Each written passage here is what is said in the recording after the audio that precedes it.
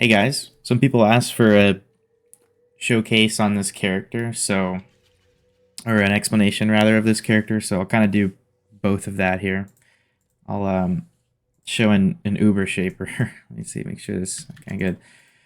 Um, this character is not buildable in the current league. It's got a lot of legacy stuff on it. However, I will show a starter version of this build that is buildable in the next league. Although be warned, it is pretty expensive and it is a very inefficient build to play. Oh, hang on, I'm on the wrong loot filter.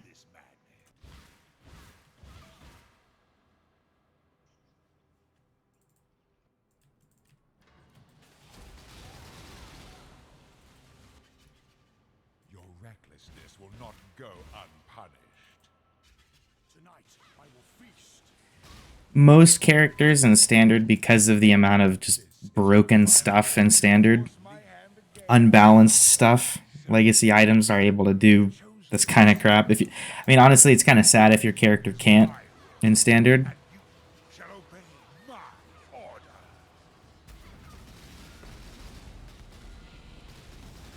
But this, I mean, this character I have been spending mirrors on every league since like 3.12. So it's just gradually improved with every league.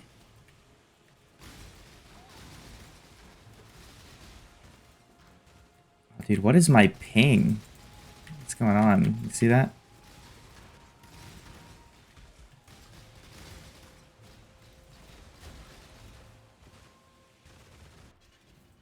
Behold the face of your unmaking. The horror must be stopped. Obstacles destroyed. So the big damage thing with this build is smite. So if you look at my tooltip right now, with everything else on, it's around 15 million. If I smite, it overflows because it actually doubles the damage having smite active.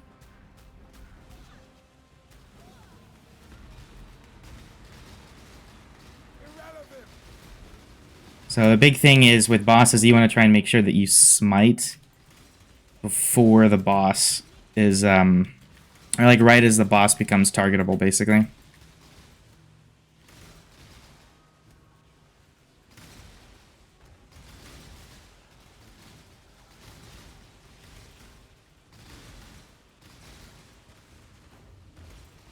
I'm gonna have to sort out my ping here after this. It's really cumbersome. These memories are mine. I cannot lose them. They lie to you, Father. I'm your true memory. To save the future, the past must be sacrificed. I have nothing more to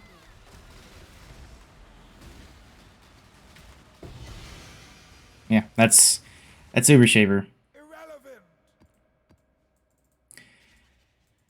So the big idea behind aura stacking is, you'll never guess, it's to make the most use out of auras. And so if you look at all the skills, you reserve so many auras. Now you can also add heralds in there, but heralds are a spot that an aura could take, and they usually you want to run 2 instead of just 1, because if you're gonna run them, you're gonna run a notable called Purposeful Harbinger, which isn't worth running until you run 2 heralds. But the point is, we use a lot, and the big idea is that we can scale everything in the game by just scaling aura effect, or almost every stat. Now, with aura stacking, you're going to want to start with either a physical or a lightning spell, a spell specifically. It's a little bit easier to start with a lightning, although physical theoretically has the higher damage output. But I like spark, so I'm playing spark. So we start with base lightning damage, and we get lightning damage from the gem itself, and then we'll also get it from smite. So smite itself is an aura, which grants here at level 24, it grants 16 to 302 lightning damage. And the big thing with Smite is that it's just a massive amount of damage. However, it's not on all the time. So a rule of thumb is you only want Smite as a source of burst DPS. If you have to have it up all the time, then the content that you're running is too hard.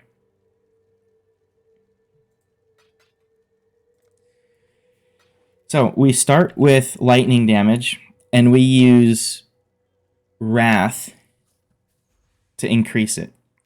Now this character has almost 4 times the effect of auras. Most people will only reach 3 times. So this bottom line here is what you really care about. You and nearby allies deal 22% more spell lightning damage.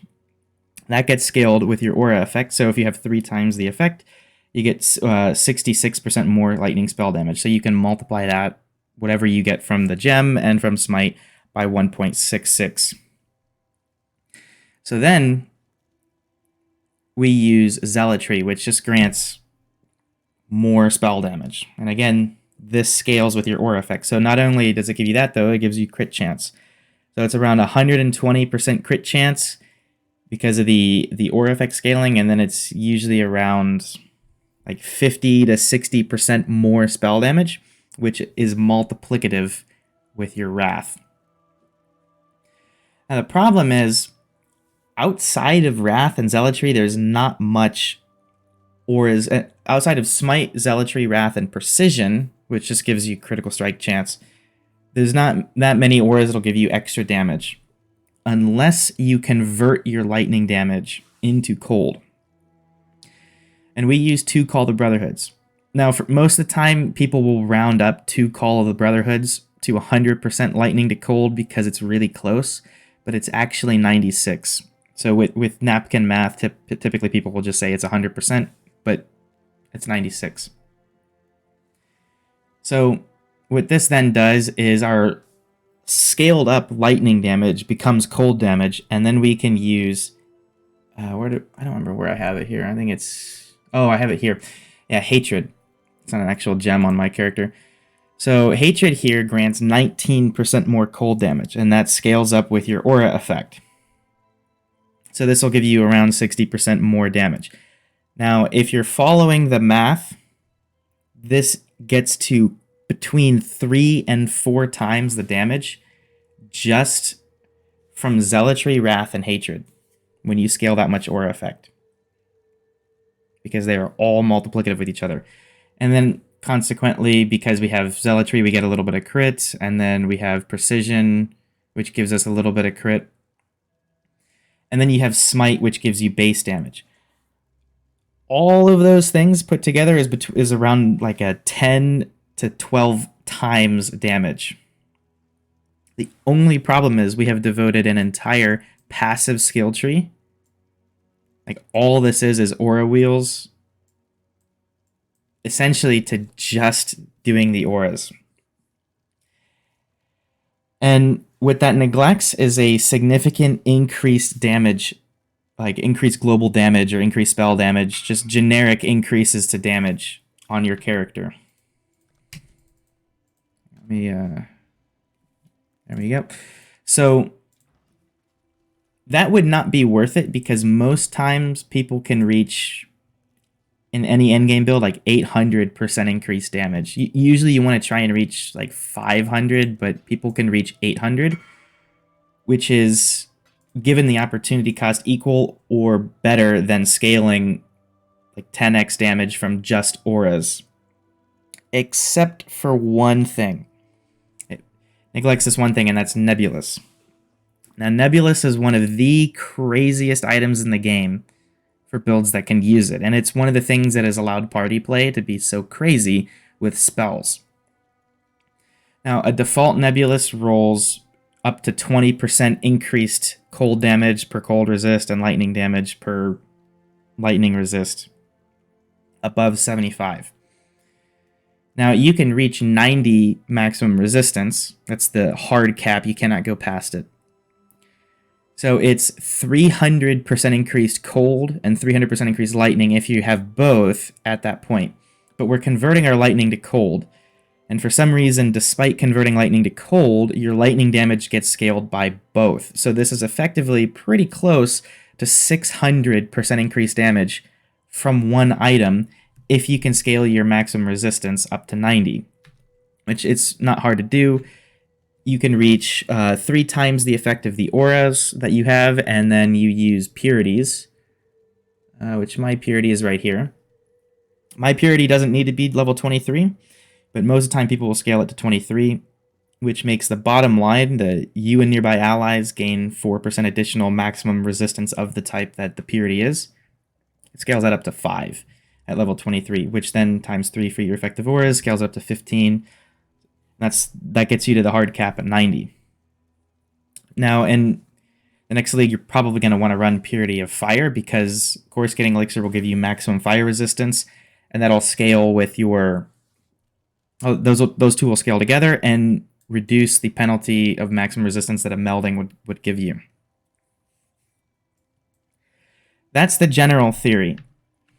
Now, for budget approaches, you're going to run a shield that gives you either aura effect and reservation efficiency, or you'll just run Prism Guardian, which just gives you a massive amount of reservation efficiency itself, or a pseudo reservation efficiency. But higher budget approaches will take the Double Nebulous, because Double Nebulous essentially is like a 30 or 40% damage boost over a single Nebulous, but you also get extra implicits, and some of the implicits that you can get on a Nebulous are absolutely insane. I tend to go for double damage, but you can get Explodey implicit, you can get double damage, you can get critical strike multiplier. Roughly speaking, 30 global crit multi and spell double damage are pretty close to equal. It just depends on how much crit chance and how much crit multi you have, and how much double damage you have from other sources.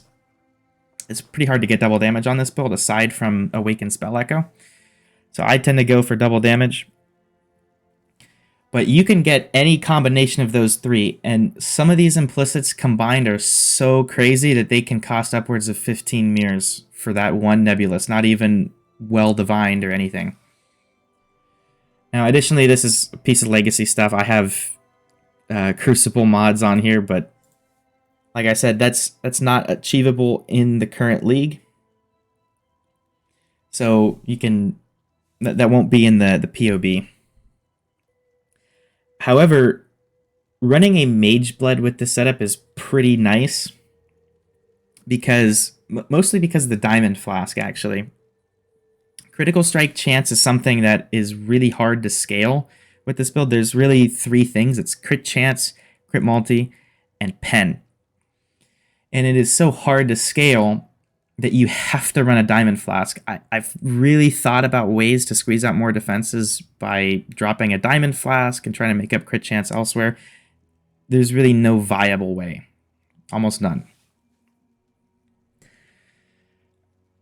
So the Mage Blood becomes semi-crucial to the build. It's important, but it's not required. But it is one of the first items I would get if you don't already have one. After that, it just becomes kind of normal upgrades, like just getting better voices, getting better rings. Gem space is extremely tight on this kind of a build. So you have to get eventually Call the Brotherhoods that give you skills that make it so you don't have to fit them into your build. In the past, the best skill has been Hatred to get on your rings, and that is mostly because Hatred didn't have any good alt qualities, and the other 2 skills that you were running that give you an implicit, or that you can get an implicit on Call the Brotherhood, were Wrath and Zealotry, and those had really good alt qualities. Wrath had one that gave you crit multi, and or Zealotry had one that gave you crit multi, and Wrath had one that gave you aura effect on it, which is a little bit of extra damage. The current one that I think is better is Zealotry. It's a lot closer now, but Zealotry on your ring I think is better, and that's because it gives you a level 23 version of Zealotry, which you can really only get it up to like 21 or 22 in the current league. Mine is 21 because I have an Ashes of the Stars. This is also Legacy. You can't get them with reservation efficiency anymore, and therefore they're not worth running anymore. But apart from that, like, you can use blank Call the Brotherhoods. They just have to have, the one thing they have to have is the quality that grants elemental damage. Because the base conversion on this is 40%, but it does get scaled up to 20 or to 48 with the quality.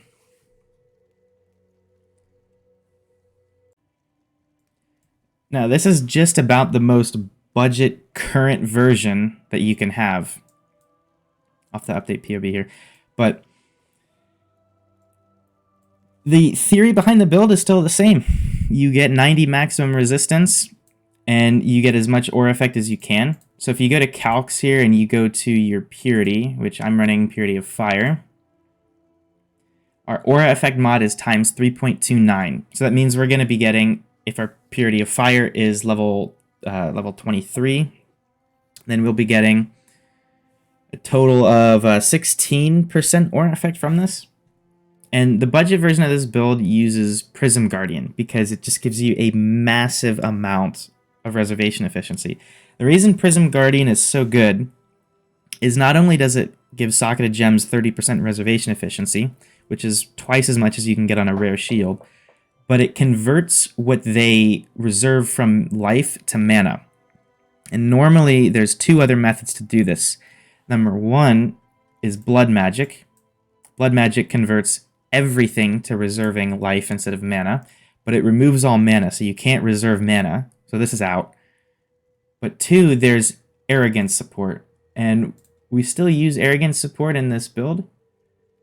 It is right here, but it doubles, more than doubles, the reservation of something, so we can only use it on a level 7 Clarity just to get a little bit of mana recovery, and that's it. The way you get it up to 23 is you put it in your shield, and you add 1 level to it, and that's 23. So you get a corrupted version. This is like a 50, 60C gem. And despite not having that, we actually have capped resistance, believe it or not. So this actually becomes kind of optional. Anyway, the rest of the build is very cookie cutter. It's the same. You just try and get as many auras in as you can. This uses Enlightened 4s. They are a little bit expensive. Like I said, this is an extremely inefficient build. You can realistically push your DPS to about 100 million. This is like a 600 to 800 div budget. You're gonna get a lot more damage out of any other build you build with that, really. The biggest thing with this is it's just an all content viable build except for Ubers. Like this version of the build can run probably up to like wave 25 Simulacrum. It should be able to do all bosses. It should be able to run tier 16 maps extremely comfortably. But once you get into like tier 17s or trying to do Ubers, you're going to need a lot of upgrades, and those upgrades can be very expensive. So going through this build, it uses a Nebulous. Now, a 10 crit multi-Nebulous is actually pretty cheap. It's normally like a couple of div. This is pretty doable. You just divine it until you can get as much damage as you can. Prism Guardian, outside of the first couple days of the league, this is like a 20C item. The helmet, this is a pretty budget helmet, and by budget I mean 100 div. Basically, you just take any base with as much energy shield as you can get on it. You can use Necromancer Circlet, Solaris Circlet. Hubris is the best, but that is going to be really expensive.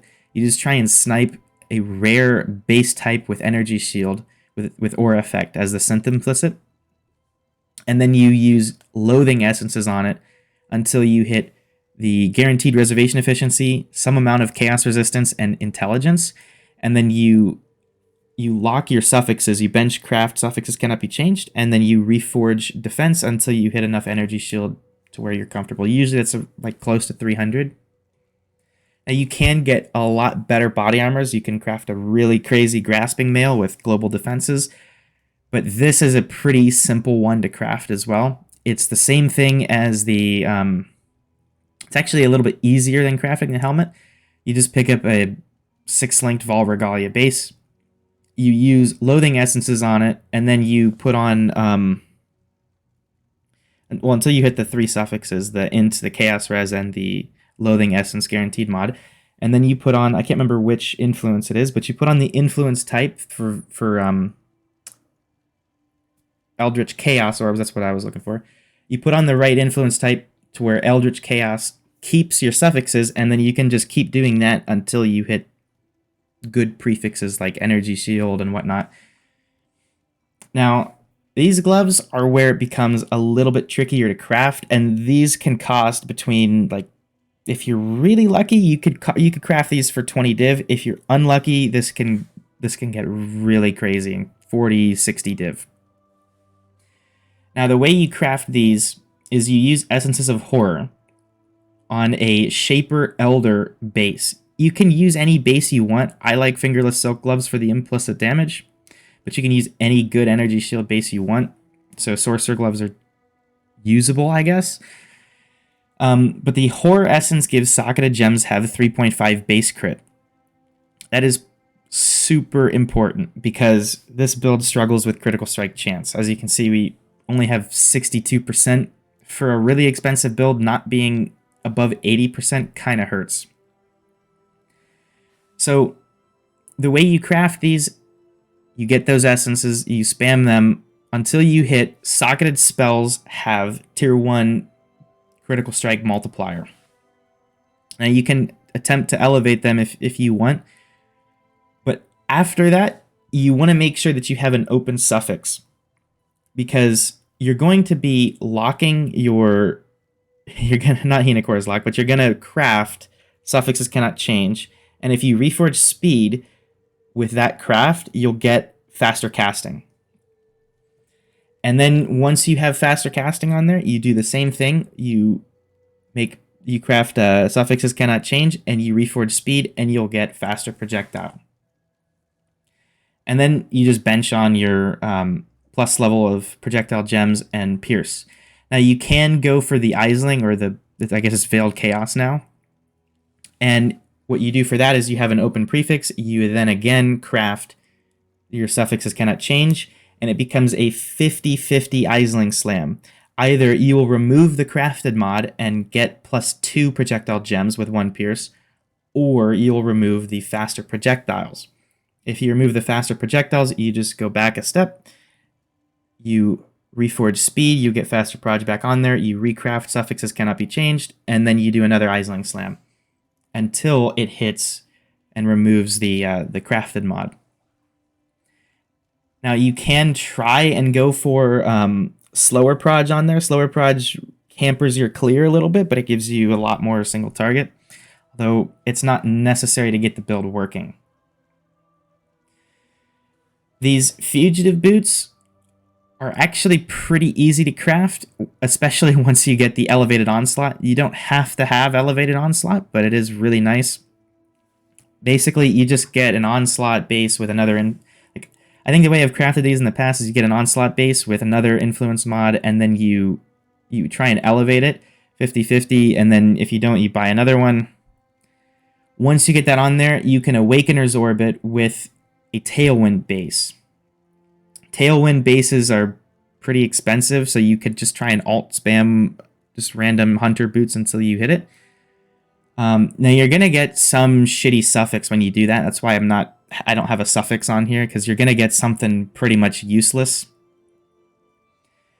Once you get to that point, your boots will have Onslaught and Tailwind. All you do is you craft suffixes cannot be changed, and then you can reforge critical, and you can get elusive that way. I don't have that on here because it's not 100% necessary. It just gives you a very small amount of defense and a very small amount of speed. However, after that step, you can then again craft suffixes cannot change and Aisling Slam, and it becomes a 50-50. The same way the gloves were. Either you remove the elusive or you remove the crafted mod. If you remove the elusive, you'd have to go back and reapply it the same way. But if you remove the crafted mod, then you're good to go. But before you unveil, you'll be looking to craft on mana or something that blocks a large percentage of unveil modifiers. I've done mana in the past, and it works out pretty well. And there's so many movement speed unveil mods that you're likely to hit something there. If you're afraid of trying to hit the movement speed unveil, you can just craft it on. You can craft on like 24% movement speed, call it a day. However, the unveils typically can give you 30% movement speed, so it's just you move a little bit faster. I think it's worth it, but it's up to you. I can show Craft of Exile videos in the future if it's confusing to follow those steps. The amulet, though, this is pretty simple. We used to run Ashes of the Stars because the reservation efficiency. The reservation efficiency on old Ashes is just blanket, so it applies to both life and mana. It doesn't specify, so it's both. However, because there's no other good option now, the Jinx Juju is the best budget option. There's a better amulet for it later. However, this beats out pretty much everything else under a 10 div budget for the amulet. You can get some good implicits on there too. You can get aura effect, but the attributes are usually good for this kind of a build. We're really close on strength. You kind of need 155 of each attribute at least to fit in all the auras. So the implicit attributes is pretty good. The other mods on here, Int and Chaos Resistance, are really good for low life. But the big mod that you want to make sure is max rolled is the aura effect. That's really what you care about. Like I said, 2 Call of the Brotherhoods, these are just normal Call of the Brotherhoods, not corrupted. These don't even have quality on them, and we're still at, this is single proj DPS, is 4 million. If you add quality to them, you'll see the damage skyrocket. Here, where are they here? There we go.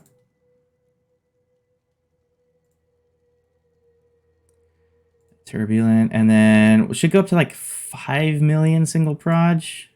Yeah, well, pretty close. It's a 10% damage boost. It should apply to both. Yeah. All right, so this is the new belt. This is potentially the Mageblood replacement. The mod that you really care about here are the utility flasks. You're not running any life or mana flasks, so that can be min rolled. It's whatever. You really care about the utility flask. Now, I am running this with the Pathfinder Ascendancy. So we're getting 6 charges every 3 seconds, which is a lot.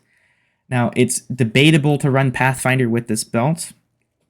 There are a couple other things you can do, but I'll kind of talk about it. The main thing is you need to be able to sustain the core scaling elixir here 100% of the time, because the moment it falls off, if you're taking chaos damage, you're just dead.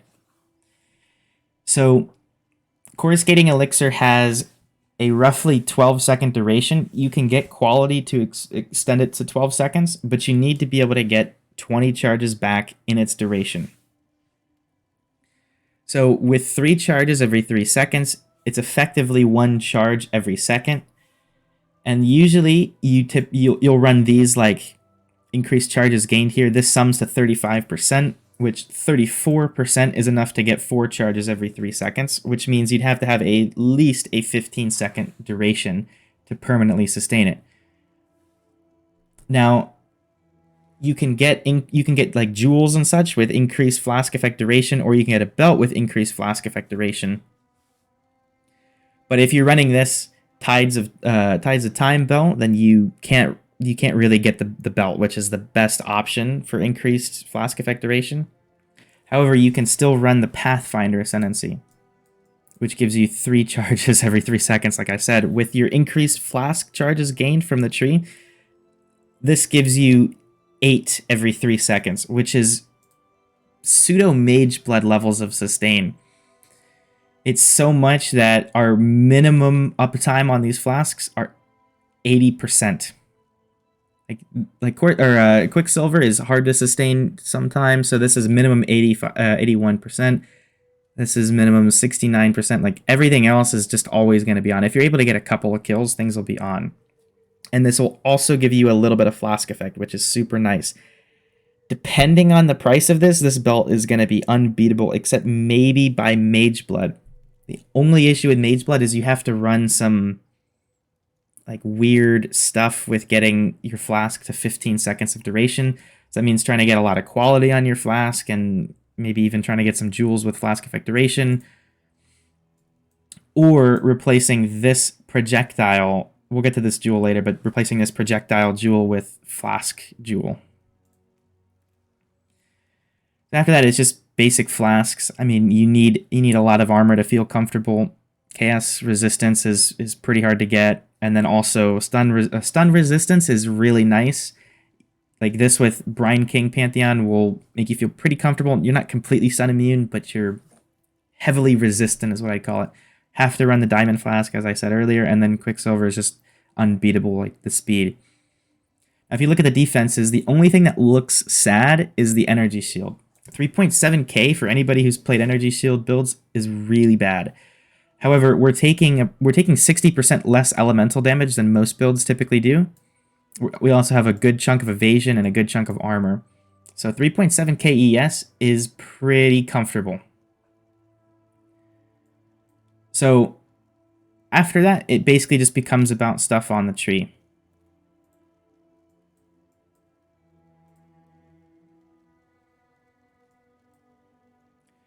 So stuff on the tree is just stack as much aura effect as you can with reservation efficiency. You have to pretty much grab every single wheel. So we grab this wheel down here, we grab this one. This is a big aura effect one, this is 20%. And then we path through Pain Attunement. Pain Attunement gives you a pretty sizable amount of DPS. Now we also path through here. Now, for those of you thinking about just the flask charges gained, yes, that is nice, but it's not required. The main reason we grab these 4 points is for the Flask Mastery. The Flask Mastery is absolutely crucial. And the only reason it's crucial is because Core Scaling Elixir drops you to 1 life every time you use it. And that would not be a problem except for Righteous Fire. Righteous Fire is a almost 40% more spell damage skill. But it turns off when you reach 1 life. And so it would turn off every time you use your Core Scaling Elixir if you did not also gain 4% of your life when you use a flask. That's also why you have to be very careful with your reservation. You cannot reserve all but 1 life. You have to have at least 2 in order for Righteous Fire to work. Now you also have to have Zealot's Oath. You have to have this because you get a lot of regen from Vitality, and you have to convert that to Energy Shield because that's what your health pool is based on, is Energy Shield. And then it's just grab Cluster Jewel sockets to get the jewels. Now, we don't have a whole lot of sources of proj speed, so I like to get a proj jewel. This is pretty important because there's 2 parts of Spark that you just have to scale, and that's proj speed and pierce. If you do not scale those, Spark will not feel comfortable. Now, we can get 1 pierce from the gloves, and we get a little bit of proj speed. It's like 70 to 100% increased proj speed from the faster projectiles support gem given to us from the gloves. But it's still really not enough. Getting another 30% proj speed and 1 pierce can make a world of difference. The only time it becomes reasonable to drop this is if you have 2 or more pierces on your boots, because then you don't need the pierce and you can try and work around some things to either increase the duration or find other sources of proj speed, like for example the tattoos. These dex nodes here are tattooable to get proj speed for Spark. However, that's not something I'd consider viable in a lower budget. Now, as for skills, Spark has a couple of issues. We're reserving a lot of mana, so we need to reduce the cost. Now, they got rid of the Flask Craft, which is one way to deal with the cost of the skill. We still have a skill cost of 34, and it consumes 140 per second. Now, our mana regen is well over that. We have 260 mana regen. One of the reasons we're able to deal with that cost is because of Inspiration. If you check this box, number 1, you don't have enough mana to cast it, but the skill cost goes through the roof. So Inspiration, while it's not the highest damage support gem in the game, it's definitely viable. Like getting an Awakened gem or something here is like 10% more damage, but Inspiration is pretty much required just to deal with the skill cost. Now, increased critical strike chance. This is going to depend on how much crit chance, or increased critical strike multiplier, rather. This is going to depend on how much crit chance you have and how much pen you have. You can go for this if you have pen on some other sources of gear, or you can go for cold pen. Cold pen is going to be better for bossing on this setup, but against things with minimal or zero resistance, critical strike damage is going to be a little bit better. And we have Awaken Spell Echo. Awaken Spell Echo is just way better than its default version. And while you can use a level 20, Awaken has double damage. It's just huge. There's just no beating it for damage. Again, these are cookie cutter auras. You have to have all these auras, and you have to have two enlightens to support them. These auras, I like defensive in the shield because you get an extra +2 from the shield. So you get a little bit more evasion and a little bit more armor. Kind of nice. Clarity, we have to have this to sustain the mana. So again, mana regen at about 260 per second. If we unclick this, we have 60. And our skill cost is 140 per second. So we would really only be able to cast Spark like a third of the amount of time. If you don't have a Clarity, then it's just not as much DPS as what your POB will be telling you. Now, we don't have enough life to reserve this at a really high level, but that's okay because all we're using it for is the mana recovery. Vitality is crucial for 2 reasons. Number 1 is because you need it to sustain Righteous Fire, which is a massive amount of damage, but you also need it for your own recovery. So there's 2 numbers you want to take a note of here. ES regen.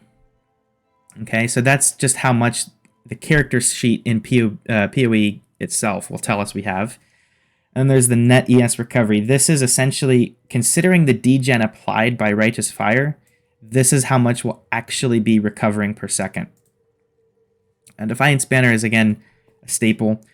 The armor and evasion you get from this is up almost 100% increased.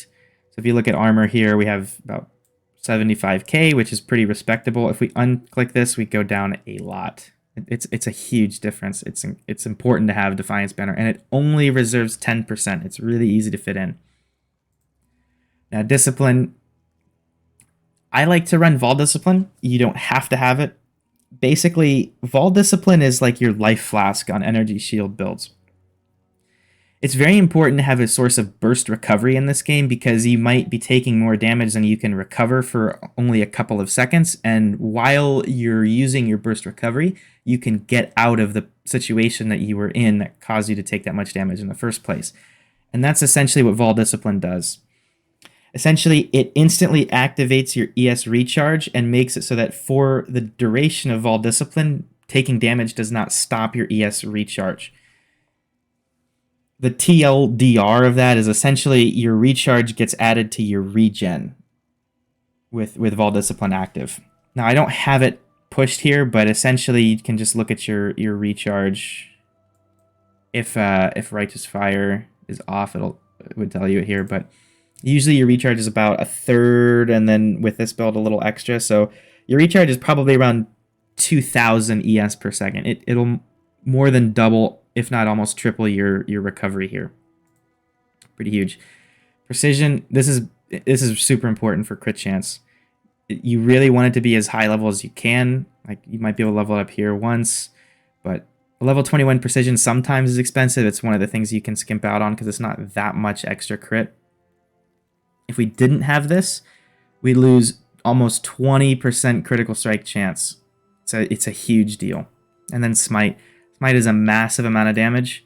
We unclick this, we go from about 6 million to 3.5.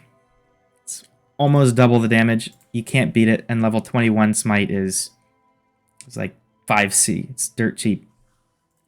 Now, I'll talk about Smite in the context of burst DPS.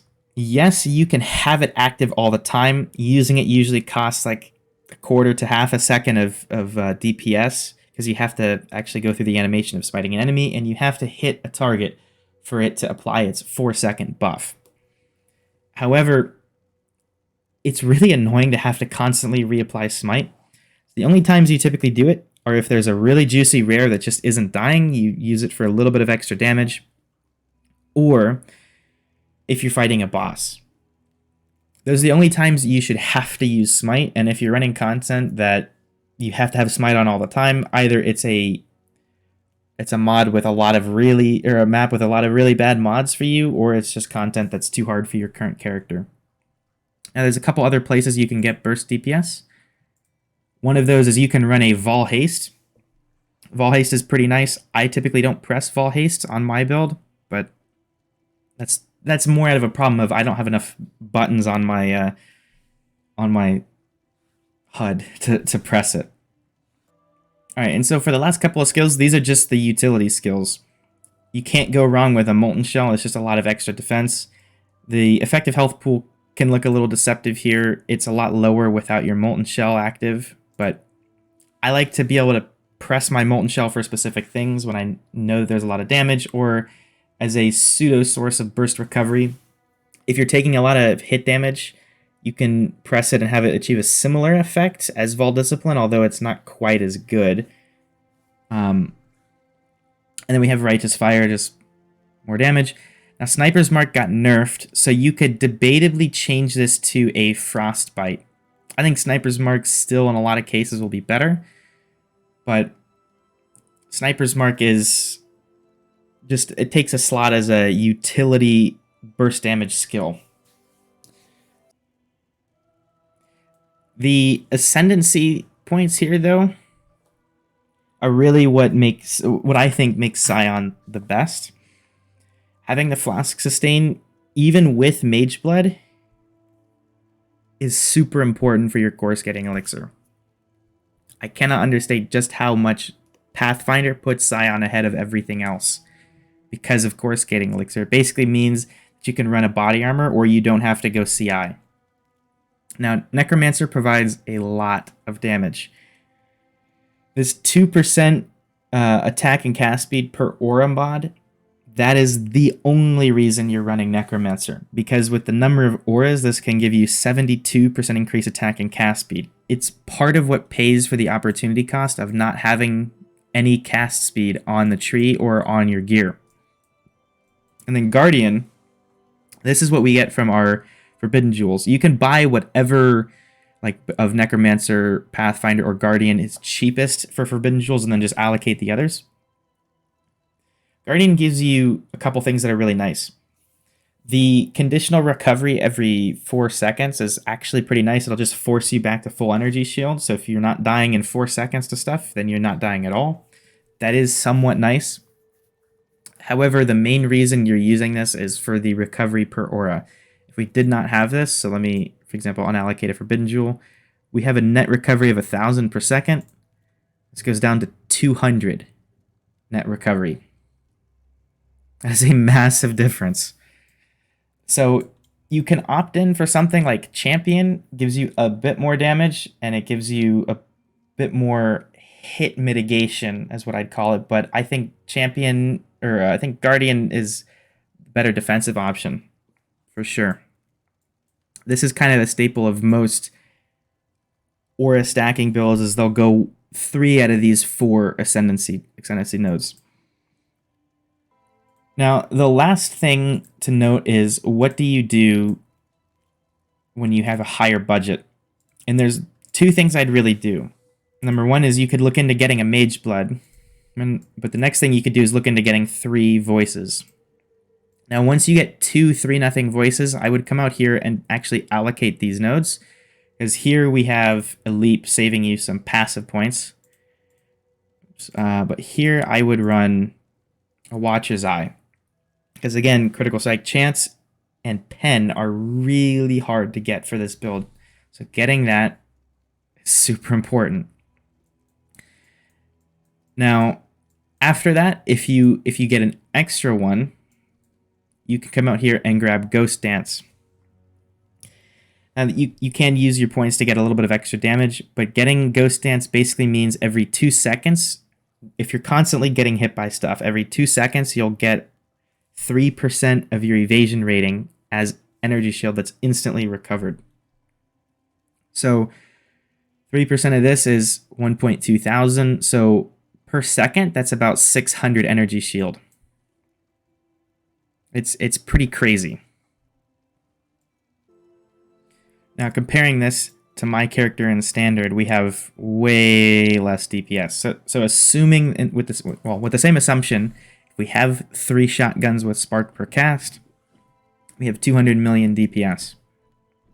Now I'm gonna just state a lot of people count spark DPS like this, where they see, oh, okay, so we have 18 projectiles, so I'll go 18, and then the DPS looks way better.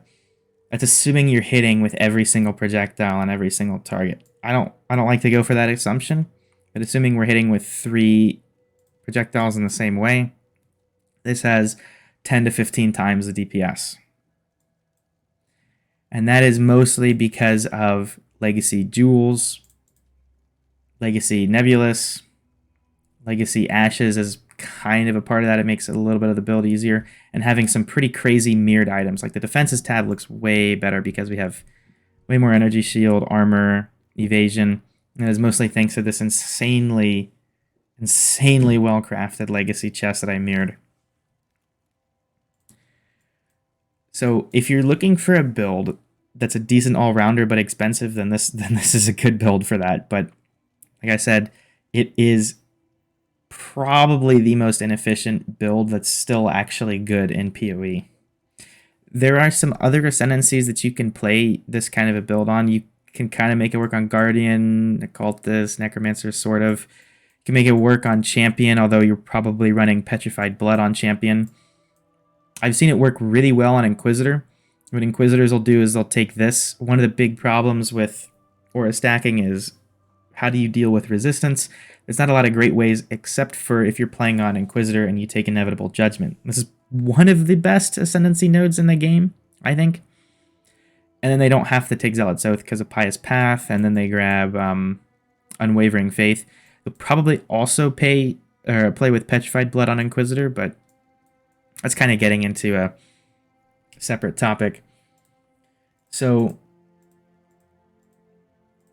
that's kind of the idea of the build. Now, if people want, I can make videos talking about aura bots and what my team plans on doing this league. We kind of watched a lot of the reveal stuff and got a little discouraged because of some of the changes. Like, we got no idea where enraged boxes are going to be. And most people in my team just kind of want to follow Snap's group and see what they're doing. So it's not exactly anything you haven't heard from other people before. So anyway,